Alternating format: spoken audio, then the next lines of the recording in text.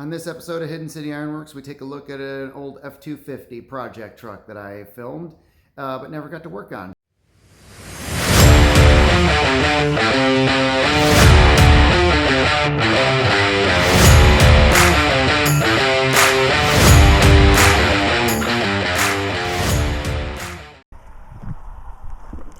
Well, I think I did it again.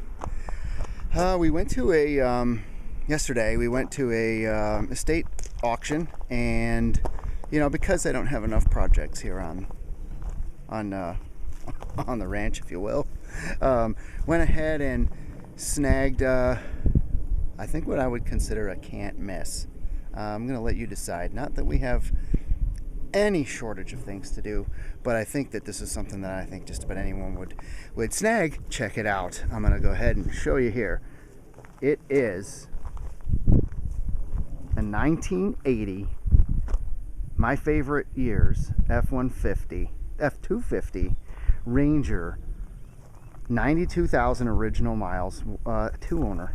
The first guy bought it after 48,000 miles, and he proceeded to put roughly the same amount back on it. I mean, straight as an arrow with the exception of one dent, or two or four, I forget now. But I mean, check it out. This is pretty awesome. I think it's a 351 Cleveland, or 351M for the Ford nuts. Probably be able to tell me better than I can. I'm just learning about those engines. Pretty wicked. Kind of silverish aluminum sort of air filter housing. I thought that was pretty cool. These are just my favorite trucks. I love Chevy square bodies, and I think that those were some of the coolest 80s trucks, but for me it's a toss-up. You get Chevy, the square body Chevy, and this truck. You park them side by side, just like the 66s, I think, Ford and Chevy. They're really like some cool, they're both wicked cool in their own rights. They park them next to one another and they look like brothers, you know what I mean? That's what I think about this body style. This is one of my favorites from the later years. And I love the barnacle approach, to keeping a truck. I mean, look at that. Yummy. Inside, mostly complete. Check it out. The seat's pretty, I mean, it's all there. You figure, I've never understood how it's like you get a rip in the seat and then it creates it's like the foam just creates a cavern. It's pretty insane. I mean, but you got like the wood grain. That says luxury. More wood grain over here. Everything works though. It's really awesome. Turn the key on. You get your fasten seatbelts buzzer. Standard fare for 1980. And there you go. And then horn. Yep, those are cruise control buttons. It's pretty awesome. I'm not sure if that's original, so if anyone who could tell me, if this is from Ford or is this some crazy like J.C. Whitney thing where you can lock your hood latch, but it's there. Some switches, 3 different colors, wood grain. Not sure if that's factory. This is, I guess it was light blue with a metallic blue insert, which is kind of cool. I don't know if I'll paint it. I don't think so. I think it's, at this point, it's just a good old-fashioned honest F250. But man, check it out. Now, if you're noticing, anyone who's been following for a little while, which hasn't been very long, I haven't done much in showing you guys the Project Mater. Those are Mater's wheels, and these are what were on it. It's not a 4x4, but it has these like turbo or turbine, really super 80s kind of like General Lee style rims on it, and it exceeded the width of my trailer by 4 inches. So I had to drive all the way home, which was an hour, and snag these off of Mater, throw them on here, which I think that looks kind of cool, except when you look at those tires on here, if I'm not kidding myself here, they do look like pizza cutters on there. So we're gonna go ahead and put something else actually on it, but they fit. Go ahead and maybe put the original wheels on it. I do have the originals. I don't know, original wheels are just cool on these old trucks, but I mean, just a speck of rust here and there, right I mean, I think that's the only real rust hole that I've found is right there on this truck, which looks like it's never been wrecked. All the stickers are here. Check it out. Ford Motor Company vehicle emissions control information. Oh, something you should know. So vacuum hose. These are the things that you disconnect, so you don't want to deal with it anymore. Yep, that's the plug this hole here, plug that hole there, plug that hole, unplug that. Don't worry about that. That's not going to work anymore once you take that off, and then you'll have better fuel economy. That's the guide right there. You never knew it. Now you do. Air conditioning. I don't know if it works. Probably not. But we're going to give it a shot. I mean, it's all connected. Apparently, the woman who was handling the estate, it was her brother, and she told me some information about him, and that he was really handy. Like, there isn't anything he couldn't fix. And it looks, and he had a bunch of cars. Most of them ran. This was the only one. Obviously, the carburetor's missing. But most everything ran, except for this. But this was the only reason why I was there, to be perfectly honest. I was there to bid on this, and then I bought some cool Mac tools. The guy had some Mac tools. He had some body hammers and all sorts of crazy stuff. She said he was a repairman for like MRI machines or something like that, and he was just super handy, and he had all crazy kinds of tools. I mean, everything you can think of under the sun. And it looks, for the most part, like he took care of his vehicles, because you're looking at a 1980, and I grew up in New York as a kid, and 6-year-old cars, if they hit 6 years and you didn't have rot so that where your foot would go through, and you have a very good possibility of actually losing an appendage by falling through the floor pan of vehicles, when I grew up, then you know, your car was from another state, because that's just the way it was. So engine bay, nice. Got a never start in here. It's doing its job. It's not starting.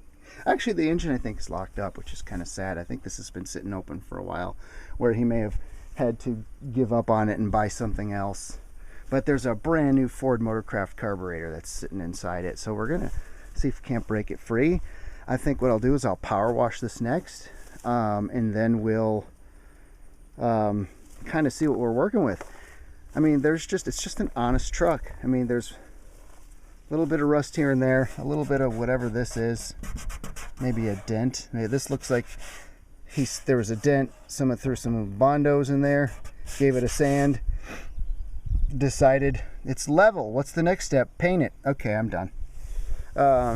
You know, he must have had a bed topper on it or something, because there's evidence of that. There's just, whoops, I missed. Whoops. Oops. Well, that'll work.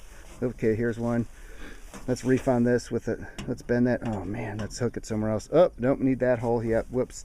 Oh, what happened here? Don't lean on that. Okay, never mind, guys. Whoops. Oh, I got it. All over the truck. This is the same side. I mean, it was like a drill. Yeah, I don't know. Maybe. Whoa. Okay. Let's just waller that out, because it does look okay. It fits now. Looks like there was something bolted on here pretty good. I don't know. I did mater this way, where I cleaned I sanded this all down, and I primed it, and then I painted it like an old farmer would probably have done. Speaking to a lot of old farmers who took care of their trucks, they weren't afraid to repaint them to preserve them, but they weren't doing any body work, and that's kind of how I approached Mater. Although some of his body panels were absolutely crushed in beyond, just so I had to pound them out into a shape of a fender. But this truck is just bone straight. I mean, you can look right down that and just go, yep, yeah, oh, yeah, all right, yeah, yeah, that looks good. And the hood shuts, and it's just really straight to the body, which is just kind of, I mean, even for Ford, when they were new, they weren't even straight. They were like this right here. You're like, this goes in here. That's not the same plane. Alrighty, let's sell it. No one will notice, except for everybody. I knew it was like wide here, got a little tighter, tighter, and that went out the door. I guarantee you that came from the dealer that way. So anyway, there's the new project. There's the new, I don't have time for this project car. Hope you guys like it. Let me know what you think. What should we do with it? I kind of leaning towards, I almost want to paint it. I am not sure. I think that people really are into this look. And I'll be honest with you, it looked pretty cool sitting there. So maybe throw a flat clear on it, enjoy it for what it is, but make sure the air conditioning works because Tennessee, and cruise control because why not? Because it has it. I don't think I want to put those boggers back on it. So if you've ever driven anything with something like that, I mean, let's just talk about a rag joint that needs replaced every 15 miles. Probably. Look at that. Look how fat that tire is. Did look cool though, won't lie. Anyways, thanks for checking it out, and I'll catch you in the next set. Probably when we pick back up when we start pressure washing this. Hope you enjoyed this look back at the F250. It was a truck that I really wanted to work on, but a little backstory was as we bid on the truck at the auction, one of the worst things that can happen is bidding against a father and a daughter who really wanted the truck more than I did. And after I had won it and had it for a few months or roughly a year, I'd started piling up parts for this truck, and wheels, tires, hubcaps, original F250 hubcaps, seat covers, door moldings, all sorts of things, components for it, got it running, put the carb on it, a couple of other things. Really started falling in love with it. My daughters named it the Scrappy Blue Truck, and so it had a name and everything. But ultimately, at the end of the day, I've got a lot of projects going. I don't think I'd ever really get to the truck in time to do it, do it right. Do it, just get it on the road when it deserved to be on the road. So I had contacted the father and daughter that I had outbid at the auction, and reached out to them and offered it to them, gave them the first right of refusal, and they graciously accepted, bought the truck, and from the last that I heard, it's actually running, and I'm not sure if she's driving it yet, but I would be really happy to hear that if she was. So I hope you enjoyed this look back, and I look forward to some more historical videos from my earlier days that we can upload to share with you guys. Thanks for watching.